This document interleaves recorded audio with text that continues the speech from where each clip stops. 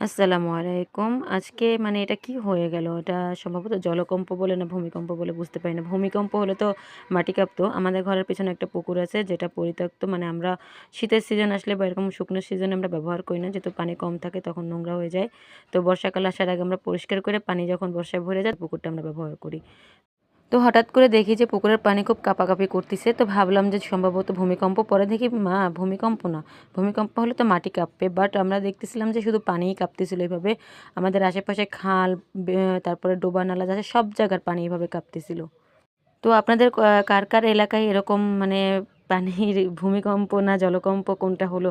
কার এলাকায় হলো অবশ্যই একটু কমেন্টে জানাবেন।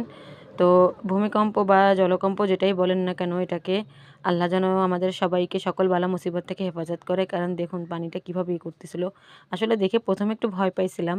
পরে এটা স্বাভাবিকভাবেই নিয়ে নিয়েছি। যাই হোক সবাই একটু দোয়া করবেন সবার জন্য। আর কার এলাকায় এরকম হলো অবশ্যই কমেন্টে একটু জানায় যাবেন। ধন্যবাদ সবাইকে। আল্লাহ হাফেজ।